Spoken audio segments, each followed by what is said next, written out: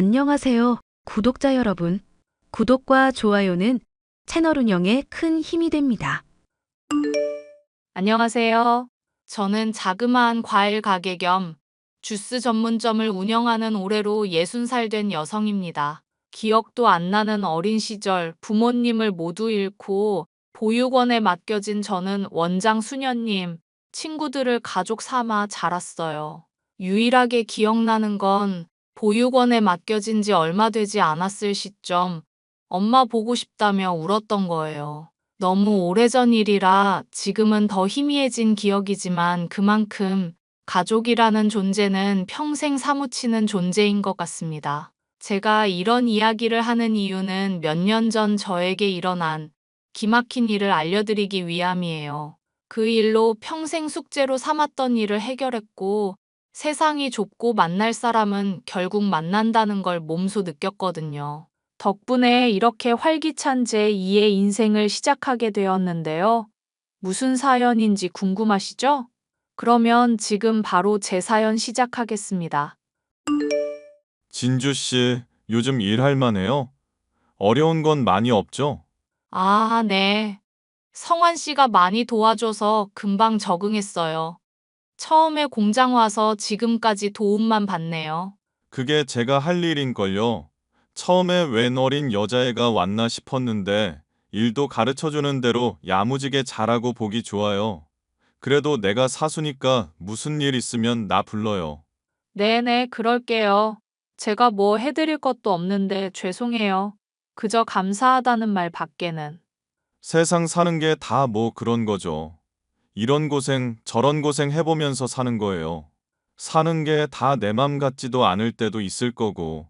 그러니 힘들면 혼자 참지 말고 주변에 친한 경혜 씨나 순희 씨한테도 털어놓고요. 가뜩이나 타지에서 혼자 고생하는 것 같던데. 가족들은 어디 멀리 떨어져 사나 봐요? 아, 저 혼자 맞아요. 제가 어렸을 때 부모님이 사고로 돌아가셔서 보육원에서 자랐거든요. 아, 이런. 미안해요. 기분 나빴다면 미안해요. 아닙니다. 당연히 제가 말을 안 했으니 모를 수 있죠. 사실 저도 나름의 가족사가 있어서 그 마음 모르는 거 아니에요. 그래도 주변에 마음 둘 한두 사람 정도는 있어야 해요. 그래야 이 험한 세상 살아가지. 예나 지금이나 20살이 되면 보육원을 나와야 했습니다. 하지만 저는 공부를 잘한 것도 아니었고 보육원 형편이 좋지 않았던 터라 대학에 갈 수 있는 상황이 아니었어요. 어려서 여러 번 굶어보고 참 힘들게 살았던 터라 공부보다는 돈을 버는 게 우선이었습니다. 그래서 고등학교를 겨우 마치고 졸업하는 것과 동시에 자동차 부품을 생산하는 공장에 취직했습니다. 나이도 어리고 경험도 없다 보니 저에게 주어지는 업무는 단순 노동이었습니다. 생산된 부품을 완성된 부품과 비교하는 일이었는데 생소한 분야다 보니 처음엔 실수를 정말 많이 했어요. 저보다 나이가 훨씬 많은 선배 틈에서 돈 몇 푼 벌어보겠다고 아등바등하며 살았습니다.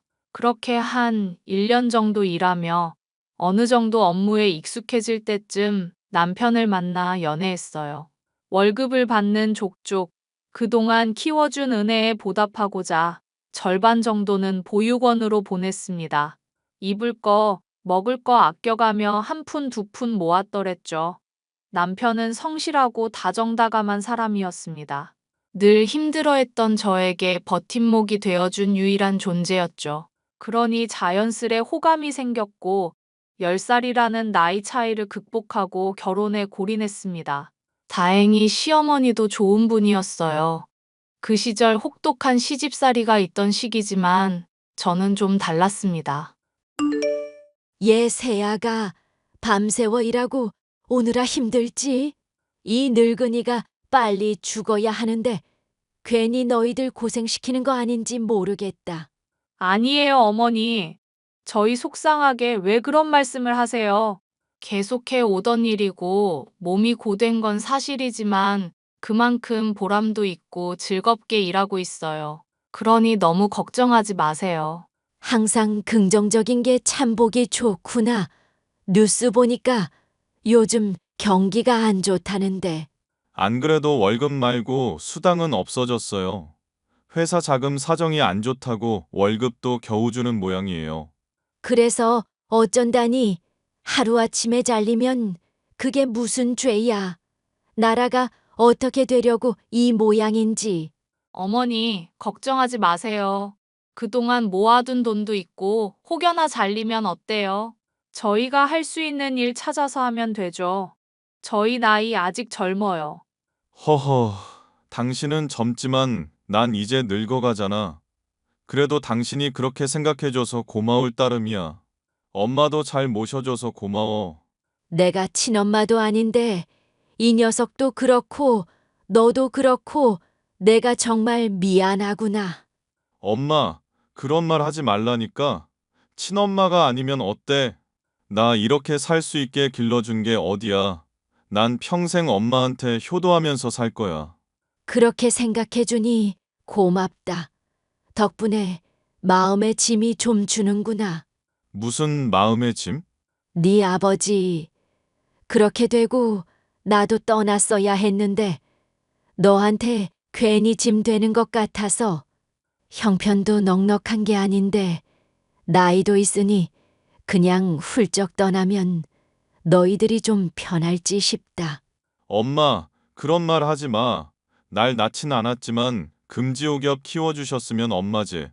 엄마가 나 보살펴주지 않았으면 지금의 나도 없었다니까? 어머니, 이 사람 말이 맞아요. 그런 말씀 마시고 저희랑 행복하게 오래 사실 생각만 하세요. 저희 정말 마음 상한 꼴 보고 싶으세요? 알았다. 알았어. 시댁은 남편, 그리고 시어머니 이렇게 두 식구가 전부였어요. 시어머니가 시아버지의 둘째 부인인데 첫 시어머니, 그러니까 남편의 친엄마가 남편을 낳고 열흘 만에 돌아가셨어요. 하지만 아이는 엄마가 키워야 한다며 곧바로 지금 시어머니와 재혼하셨고, 그렇게 남편은 시어머니의 손에 자란 겁니다. 시아버지는 늘 술과 폭력을 일삼으시던 분이었고, 결국 남편이 초등학생인 시절 큰 사고를 치시고는 집을 나가셨죠. 그 뒤로 지금까지 아무 연락 없이 잘 지내고 오고 있고, 남편과 시어머니는 서로에게 의지하며 살았던 겁니다. 가정 형편이 넉넉하진 않았지만 위하는 마음이 진심이었고 행복감을 느끼며 사는 모습을 보고 결혼을 결심했었죠. 돈이야 저희 부부가 벌면 되는 일이었으니까요. 근데 행복하게 살아가려던 저희에게도 불행한 일이 닥치기 시작했습니다. 몇 년 동안 일한 회사가 부도가 나는 바람에 자금 운용이 어려워지고 결국 많은 사람이 권고사직을 당했습니다. 남편도 그중 하나였고 실직을 당했다는 사실에 며칠은 정신을 못 차리더군요. 형편도 급격히 어려워지고 그나마 살고 있던 빌라에서 방 2칸짜리 지하 셋방으로 이사하며 살림살이도 줄이게 되었죠. 저희는 어렵사리 그동안 모은 돈을 탈탈 털어 1톤짜리 중고 트럭 하나를 구매했고 야채와 과일을 팔기 시작했습니다. 장사하느라 힘들지. 매번 그렇게 새벽같이 나가서 밤늦은 시간에 들어오는데 걱정되는구나. 그래도 이렇게 해야 우리 세 식구 쌀값을 벌죠. 엄마, 걱정하지 마세요. 저흰 괜찮아요. 열심히 벌어서 호강시켜 드릴게요. 우리 새아가는 팔자에도 없는 고생을 하는구나. 못난 시험이 만나서 한참 사랑받고 자랄 시기에 온갖 고생을 하니원. 정말 미안하다. 어머님이 왜 미안해 하세요? 지금은 조금 힘들지만 금방 이 시기 지날 거예요. 저희 셋 열심히 살아서 꼭 다시 일어나자고요. 맞아. 우리 꼭 성공할 거야. 지금은 이렇게 어렵게 생활해도 언젠가는 빛을 발하겠지? 그러니 엄마도 힘내야 해요. 애구구, 내가 너희들 때문에 산다. 도움도 못 되는 이 노인네가 뭐가 좋다고. 어머니, 그런 말씀 마세요. 저 이 사람이랑 결혼하기로 한순간부터 그 어떤 시련이 와도 잘 이겨낼 결심하고 결혼한 거예요. 그리고 가족끼리는 미안하다는 말 하는 거 아니래요. 저희가 좋아서 결혼한 거고 어머니 모시는 건 당연한 거니까요. 정 그러시면 오래오래 저희랑 함께 해주시면 그만이에요. 말도 예쁘게 하지. 어디서 이런 복덩이가 굴러 들어왔을꼬. 그러니까 아무튼 엄마, 우리 다 같이 힘냅시다. 그럼 나 하나만 허락해 줄 수 있겠니? 내가 동네 산책을 다니다. 우연히 본 건데 말이다. 집에 가만히 있자니 좀이 쑤셔서 부업을 해볼까 해. 그래도 뭐라도 하면 몇만 원이라도 벌겠지. 한 푼이라도 아쉬운 마당에 조금 보탬이 되고 싶구나. 엄마가 하고 싶으면 하셔요. 우리가 말린다고 안 하실 분도 아니고. 혼자 적적하게 있는 것보다는 낫겠지. 어머니, 대신에 너무 무리하시면 안 돼요. 뭐든지 적당히 하시고 힘드시면 그만두세요. 아시겠죠? 알았다. 고마워. 저희는 하루 벌어 하루 먹고 사는 힘든 시간을 보냈습니다. 물론 어떤 날엔 벌이가 없던 날도 있었어요. 비가 오거나 눈이 올 땐 그나마 하던 장사도 접어야 했고요. 그래도 1년, 2년 시간이 흐르니 나름 적성에도 맞고 여기저기 돌아다니며 사람들 만나는 게 참 재밌더라고요. 일에 익숙해질 때 과일만 팔아서는 장사가 안 된다는 걸 깨닫고 겨울엔 붕어빵이나 떡볶이를 만들어 팔기도 하고 여름엔 시원한 얼음을 구비해 커피나 음료수를 팔기도 했습니다. 그렇게 정신없이 일하며 한 푼 두 푼 모으고 주머니 사정도 조금씩 나아지니 마음의 여유가 생기더군요.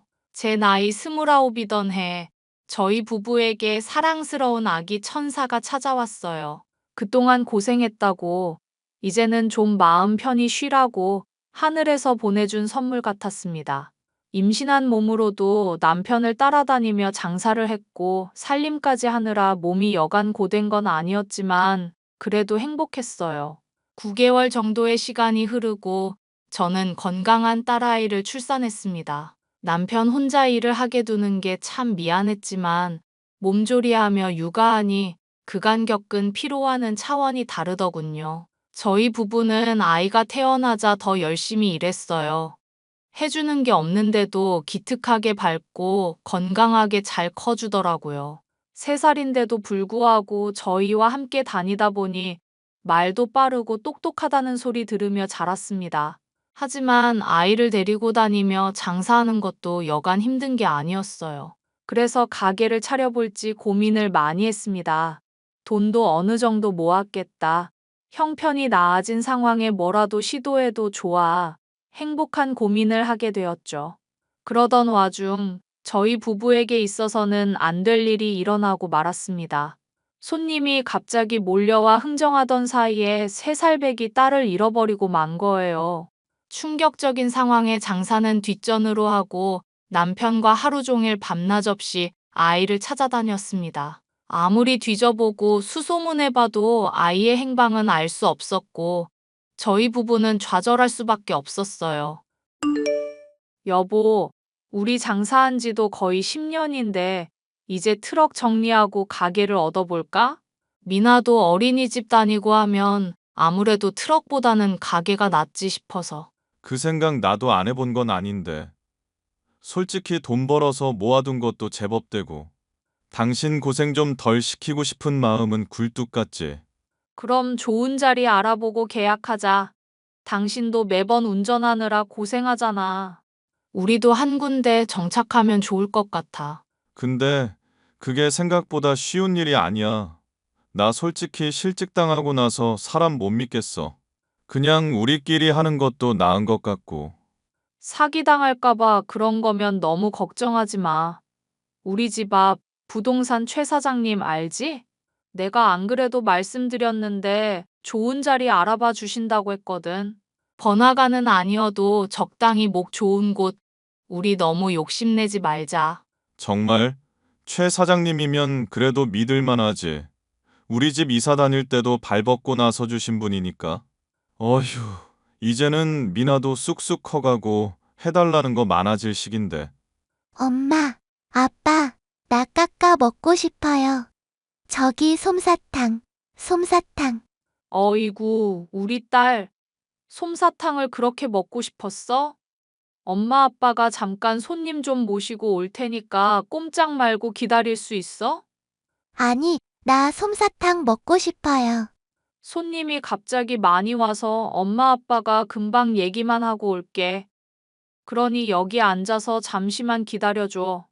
우리 딸, 엄마 아빠 말 잘 듣지? 금방 올 테니까 어디 가지 말고. 여보, 잠깐 이리 와봐요. 이거 가격 흥정 좀 해야 하는데. 여보, 우리 미나가 없어졌어요. 미나야, 어딨니? 뭐? 내가 거기 앉아 있으라 했는데 5분도 안 됐는데 그 어린애가 어디를 가? 아니, 차에도 없고, 혹시나 여기 공터에서 놀고 있나 봤는데. 미나야, 미나야. 미나야 어딨니? 엄마 아빠 여기 있어. 어디 있니 미나야? 여보, 우리 미나 잘못된 건 아니겠죠? 그 어린애가 어딜 갔을까? 미나야. 얘들아, 내가 우리 미나 크는 모습 다 보고 죽으려 했는데 아마도 그건 힘들 것 같구나. 어머니, 그게 무슨 말씀이세요? 저희가 열심히 찾고 있어요. 그러니 어머니도 조금만 힘을 내세요. 엄마, 이럴수록 자리에서 털고 일어나셔야지. 그동안 못 해본 거 우리가 다 해드릴 건데. 이렇게 몸져 누워 계시면 어떡해. 사람이 갈 때가 되면 다 가고 그러는 거지. 내 나이 80이면 많이 살았다. 어머니, 그런 말씀 마세요. 저희랑 더 오래오래 사실 수 있어요. 그러니 제발요. 저희가 미나 어떻게든 찾아올 테니까요. 조금만 더 버텨주세요. 이런 말에서 미안하지만 나는 더 이상 안 되겠구나. 우리 귀여운 미나가 어딘가에 살아있으면 너희랑 꼭 다시 만날 거다. 혹여나 잘못됐으면 젖은 가서 만나면 될 일이지. 난 더는 어렵지 싶어. 아직 해드리지 못한 일이 많은데. 어머니, 제발요. 네? 엄마, 정신 붙드셔야죠. 내가 어떻게든 찾아올게. 그러니 조금만 더 힘내자. 제발 하루라도 더. 내가 잘해준 것도 없어서 더 미안하구나. 그동안 고생만 시켜서 미안했다. 이제라도 편하게 살려무나. 전단을 만들어 전국의 경찰서와 보육시설, 병원 등을 다 뒤졌고 길거리에서 사람들에게 호소도 해봤지만 찾을 수 없었습니다. 그 무렵 시어머니가 노안으로 몸이 쇠약해지신 데다가 건강 상태가 급격히 안 좋아져 돌아가시고 말았습니다. 저희 부부가 연달아 겪은 충격으로 인해 심적으로 겪었던 고통은 이루어 말할 수 없었어요. 시어머니를 보낸 슬픔도 잠시, 저희 부부는 이내 정신을 차리며 살아야 했습니다. 바로 언젠가 만날 딸아이를 위해서 말이죠. 혹여나 똑똑한 딸아이가 집을 찾아올지 싶어 어디 이사하지도 못하고 한 곳에서 정착해 살았고 마지막으로 머물렀던 곳 근처에 상가를 얻어 과일 가게를 시작했답니다. 오랫동안 장사를 해왔던 터라 입소문이 난 덕에 장사가 잘 되었지만 딸아이가 없는 상황에 마냥 웃을 수도 없는 상황이었습니다. 여보, 나 더는 안 되겠어. 미안하지만 가게는 당신이 좀 맡아줬음에. 왜요? 뭐 때문에 그러는데요? 전단 만들어서 수십만 장, 수천만 장 돌리면 뭐해. 더 이상 그 방법은 가망이 없어. 내가 직접 발로 뛰면서 찾아야겠어. 당신 몸도 성치 않은데 괜찮겠어요? 도대체 뭘 어쩌겠다는 거야. 이렇게 손 놓고 있을 순 없잖아. 내가 그래도 할 줄 아는 게 운전이니까 택시 기사로 일하면서 사람들 좀 만나다 보면 혹시 알아? 정말 기막힌 우연으로 우리 딸 찾을 수 있을지. 그게 되겠어요? 당신 마음은 이해하지만. 뭐라도 해봐야지. 내 당장 다음 주에 이 앞 택시 회사에 면접하러 가기로 했어. 할 수 있는 게 운전이면 그거라도 해봐야지. 난 지금 바닥에 기어다니라면 기어다닐 수도 있어. 그만큼 절박하다고. 정말이요? 흑흑. 괜히 당신만 고생시키는 거 아닌가 몰라. 우리 미나 어딘가에서 잘 살고 있겠죠? 아직 포기하기엔 일러. 워낙 세상이 흉흉해서 다들 그만두라고 하는데. 난 그렇게 생각 안 해. 우리 미나 어딘가에 반드시 살아있을 거야. 죽기 전에 제발 한 번이라도 좋으니 우리 딸 미나 좀 만났으면 해요. 그러면 더 이상 소원도 없어요. 당신이 그렇게 하고 싶다면 그렇게 해요. 그리고 전단도 좀 바꿔야 해. 아무래도 모습이 좀 달라졌을 테니까. 요즘 몽타주의인지 그런 거 잘 돼 있어서 컴퓨터로 몇 년 후 모습 예측하고 그러더라고. 걱정하지 말고 나한테 맡겨줘. 내가 어떻게든 우리 미나 찾아올게. 너무 무리하지 마요. 나도 가게 돌보면서 손님들한테 계속 전단 돌리고 있어. 그 단골 손님 중에 김 사모님 알지? 김 사모님 아들이 방송국 PD인데 이상가족 찾는 것처럼 미아 찾기 방송 계획 중인가 봐. 내가 웃돈이라도 줄 테니 신경 좀 써달라 했어요. 나도 노력하고 있으니까 우리 서로 힘내요. 그렇게 해서 찾을 수 있으면 얼마나 좋아. 우리 아직 희망을 버리지 말자고. 남편은 그렇게 택시 기사로 취직해 서울, 경기 등 안 가는 지역이 없었습니다. 전국 8도를 다 돌 순 없었지만 정말 많이 다녔어요. 택시를 운전하며 만나는 사람마다 딸의 사진과 전단을 나누어 주며 엄청난 노력을 했습니다. 그렇게 저희 부부는 각자의 위치에서 언젠간 딸아이를 만날 날만을 기다렸습니다. 세월도 무심하다 했던가요? 20년이란 세월이 훌쩍 지났고 저희는 흰머리가 듬성듬성 난 중년 부부가 되어 있었습니다. 운영하던 과일 가게도 시대가 변하면서 좀 더 넓고 좋은 곳으로 이전을 했고 요즘 사람들 분위기에 맞춰 업종도 변경했죠. 과일도 팔면서 샐러드나 주스 같은 건강식을 판매하기로 한 겁니다. 여전히 남편은 택시 기사로 일하며 딸아이를 찾는 일에 몰두하고 있었죠. 오랜 세월 딸아이를 찾는 남편의 모습에 하늘이 감동했는지 저희 부부에게 한 줄기 희망이 찾아왔습니다. 승객 중 한 명이 남편의 사연을 방송국에 제보한 덕분에 전국에서 많은 제보가 쏟아지기 시작했거든요. 연락이 오는 사람마다 딸아이의 나이와 같은 비슷한 또래는 모두 DNA 검사를 실시했지만 모두 허사였습니다. 그렇게 2년이라는 긴 시간이 지난 어느 날이었어요. 몸도 마음도 지쳐있던 상태라 가게 일을 온전히 보지 못하겠더라고요. 그래서 직원 한 명을 구하기로 하고 구직 사이트에 공고를 올려두었죠. 여보, 이것 좀 봐봐. 내가 눈이 이상한 건지 좀 봐줘. 왜? 눈이 안 보여? 뭐가 잘못됐어? 아니, 이번에 직원 구한다고 공고 올렸잖아. 생각보다 지원자가 많아서 이력서 간추리고 있는데 이게 우연이 아니면 뭔데 그래? 어디 좀 봐봐. 아니, 어떻게 이럴 수가? 지금 내가 몇 번이고 보는데 이거 분명 우리 미나 맞죠? 이 사람 이름은 미나지만 사진 보면 우리 전단이랑 되게 비슷하잖아. 나 지금 좀 소름 돋거든요? 그러게, 보는데 정말 비슷해. 나이도 비슷하고. 생각할 것도 없어. 연락해서 당장 면접 오라고 해. 정말이지 이게 하늘이 주신 기회라면. 제발 그러길 바라야지.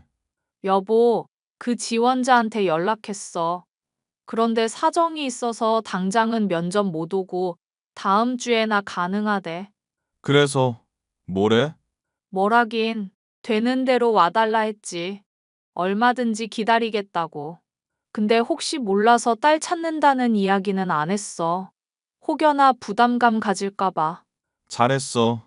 잘했어. 다음 주까지 잠은 다 잤다. 제발 우리 바램대로였으면 좋겠다. 그동안 당신 정말 많이 고생했잖아. 솔직히 가슴에 묻고 살까도 했거든. 당신 나이도 들고 몸도 안 좋고 내가 마음 아파서 더는 두고 볼 수가 없었거든. 그게 무슨 소리야. 하나밖에 없는 우리 딸 어떻게든 찾는 게 당연한 건데. 나 그래서 일부러 아이 안 가지려고 한 거야. 우리 미나한테 너무 미안해서. 잠깐이라도 미나 잊을까 봐. 당신 마음 나도 이해해. 지금까지 우리 잘해왔으니까 좋은 결과 있을 거야. 저희 부부는 설렘 반 기대 반, 그리고 왠지 모를 긴장감에 잠을 제대로 못 잤어요. 정말 딸아이가 맞으면 어디서부터 이야기를 해줘야 할지, 그동안 어떻게 살아왔는지, 무엇을 해야 하는지 모르겠더라고요. 결국 며칠의 시간이 흐르고 딸로 추정되는 지원자가 면접을 오기로 한 날이 되었습니다. 남편과 저는 잔뜩 긴장한 상태로 식은땀까지 흘리며 기다리고 있었죠. 이윽고 약속한 시각이 되었고, 가게로 정말 발랄하고 활기찬 모습으로 한 여성이 들어왔어요. 말하지 않아도 알겠더군요. 특유의 미소하면서 얼굴형이며, 저도 모르게 눈물이 흘렀고 당황해하는 지원자에게 자초지종을 설명하기 시작했습니다. 다행히 저희 부부 말에 귀 기울여주던 그 젊은 여자는 한참을 말이 없다. 다시 이야기하더라고요. 근데 그 이야기를 듣고 저희는 딸이라고 확신할 수밖에 없었습니다. 안녕하세요, 사장님. 면접 보러 온 이민아입니다. 초면에 미안해요. 내가 눈물이 많아서. 사실 우리가 어려서 딸을 잃어버렸는데 딱 그쪽 또래라. 생각이 많이 나네요. 아, 이해해요. 그러실 수도 있죠. 이력서에 별다른 내용이 없는데 좋게 봐주셔서 감사합니다. 제가 일이 있어서 면접도 늦었는데. 아니에요. 아무튼 와줘서 고마워요. 우리 딸이랑 이름도 비슷해서. 우리 딸은 이민아거든요. 사실 제 이름이 미나인지 민하인지 잘 모르겠어요. 수녀님이 미나라고 지어주셔서요. 수녀님이라면 아, 저 보육원에서 자랐습니다. 자랑은 아니지만 성북동 근처에서 발견된 저를 누군가 보육원에 데려다 주셨다고 하더라고요. 잠시만요. 혹시 그 보육원 이름이 어떻게 됩니까? 태양보육원이라는 곳이에요. 성당에서 운영하는 곳이고 규모는 그렇게 크지 않아요. 혹시 태양보육원 이민아가 그쪽이에요? 네, 저 맞아요. 근데 제가 처음 왔을 때 이름을 애매하게 말해서 미나인지 민하인지 잘 모르겠다고 했거든요. 그래서 수녀님 이름 따라 그냥 미나라고 하기로 해서 이민아로 살아온 거예요. 근데 저를 아세요? 여보, 왜 그래요? 당신 알아? 아니, 내가 그 처음에 미나 잃어버리고 근처 보육원이라는 데를 다 알아봤는데 태양보육원이라는 곳에 이민아라는 아이가 있다는 거야. 그래서 수소문했지. 근데 말이랑은 다르게 이민아라는 아이가 없다고 그러더라고. 당신한테 말은 안 했지만 혹시나 했는데 우리 미나가 진짜였다니. 만날 수 있었는데 이렇게 어긋나 버리다니. 어쩜 이런 일이. 아마 그건 제가 입양을 가서 그럴 거예요. 끝이 좋진 못했지만 양부모님이 성당분들이랑 되게 사이가 안 좋으셔서. 아니, 이런 일이. 아이고, 하나님 감사합니다. 내가 네 엄마다 미나야. 네? 지금 그게 무슨 말씀이세요? 우리가 딸 잃어버렸다고 했죠? 솔직히 말하면 우리는 왠지 그쪽이 우리 딸 같거든요. 혹시 괜찮다면 DNA 검사 해보지 않을래요? 잠시만요. 제가 지금 좀 당황스러워서. 혹시 며칠만 시간을 주실 수 있나요? 그래요. 우리 입장만 고집할 순 없으니. 생각해보고 연락해줘요. 기다리고 있을게요. 포기해야 하려는 찰나 유전자 검사를 하겠다는 연락을 받았고 그 길로 저희 셋은 다시 만났어요. 유전자 검사 의뢰를 하고 그렇게 며칠의 시간이 더 흘렀고 저희 부부는 뜬 눈으로 밤을 지새우며 연락을 기다렸습니다. 그리고 정말 엄청난 소식을 접하게 되었죠. 정말로 그 사람이 저희 부부의 딸이었던 겁니다. 전화로 먼저 소식을 듣고는 믿기지 않았고 서류로 유전자가 99.999% 일치함, 부녀관계가 성립함이라는 글귀를 보고 나서야 정말 잃어버렸던 딸을 찾았다는 걸 실감할 수 있었죠. 서로 안부를 묻는다기보단 정말 아무 말 없이 셋이 꽉 끌어안고 하염없이 눈물만 흘렸습니다. 그렇게 한참을 울었을까요? 딸아이가 먼저 말을 꺼내더군요. 이제 저는 더 이상 부모님이 없는 고아가 아니에요. 이렇게 두 분이 살아계신데 저도 이제 부모가 있네요. 정말 미안하다, 미나야. 우리가 널 혼자 두지만 않았다면 그때 그 순간을 얼마나 후회하는지 아니? 정말 미안해. 그동안 얼마나 고생 많았니? 우리가 못해준 만큼 다 하게 해줄 거야. 그러니 걱정하지 말고 우리랑 함께 살자. 지난번에 들어보니 혼자 옥탑방에 산다며. 그러지 말고 짐 정리해서 우리 집으로 들어와. 원래 우리 집으로. 정말 그래도 돼요? 그럼 당연히 되고 말고. 혹시 몰라서 살던 동네에서 계속 살고 있다. 너 하나 찾는다고 평생 돌아다니지도 못하고 그 자리에 계속 있었어. 오죽하면 우리 가게 이름도 사각사각 과일가게니. 이게 너 어려서 소꿉놀이 하면 항상 과일가게 흉내내면서 말했던 단어야. 살면서 널 만날 수 있다면 무슨 짓이든 하고 싶었다. 이렇게 만나서 정말 다행이야. 건강히 잘 살아줘서 고맙다, 딸아. 흑흑. 엄마, 아빠, 정말 보고 싶었어요. 그리웠어요. 우리 세 식구, 이제 떨어지지 말고 꼭 붙어 살자. 우리 미나 하고 싶은 거, 먹고 싶은 거 다 하면서 살아. 이 엄마가 돈 많이 벌어놨어. 알겠지? 감사합니다.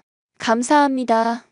그렇게 저희 세 식구는 비로소 온전한 가족의 모습으로 살게 되었습니다. 며칠 뒤 어머니를 모신 납골당에 딸아이를 데리고 가 인사를 드리고 왔어요. 그날은 마치 너무 기뻐서 어머니도 눈물을 흘리시는지 추적추적 비가 내리고 있었죠. 꿈에서 어머니가 그동안 고생 많았다며 생전에 자주 해주시던 부침개와 막걸리를 한 잔 주셨는데 꿈이었지만 어찌나 맛있던지요. 그렇게 지금까지 우리 가족 과일 가게에서 매일매일 새로운 순간을 맞이하며 살고 있습니다. 딸아이는 내년 봄에 결혼을 앞두고 있어요. 일하면서 좋은 인연이 생겨 결혼까지 약속했답니다. 저희 부부는 이제 죽어도 여한이 없어요. 벌만큼 벌어뒀고 저희가 가진 모든 건 딸아이에게 넘겨주고 떠날 겁니다. 앞으로 얼마나 더 살지는 모르지만 정말 행복에 겨워 죽을 정도가 어느 정도인지 체감할 수 있을 것 같아요. 고생 많았던 지난 세월. 이제는 안 좋은 기억보다는 행복한 기억으로 남을 수 있어서 좋습니다. 여러분, 제 사연은 여기까지입니다. 한 많고 탈 많았던 제 인생 이야기 어떠셨나요? 뒤늦게나마 지난 제 인생에 대해 돌아보니 잘 살았던 것 같기도 하네요. 앞으로도 후회 없이 인생을 살아가려고요. 그런 제 인생 응원해 주시리라 믿고 이만 물러가겠습니다.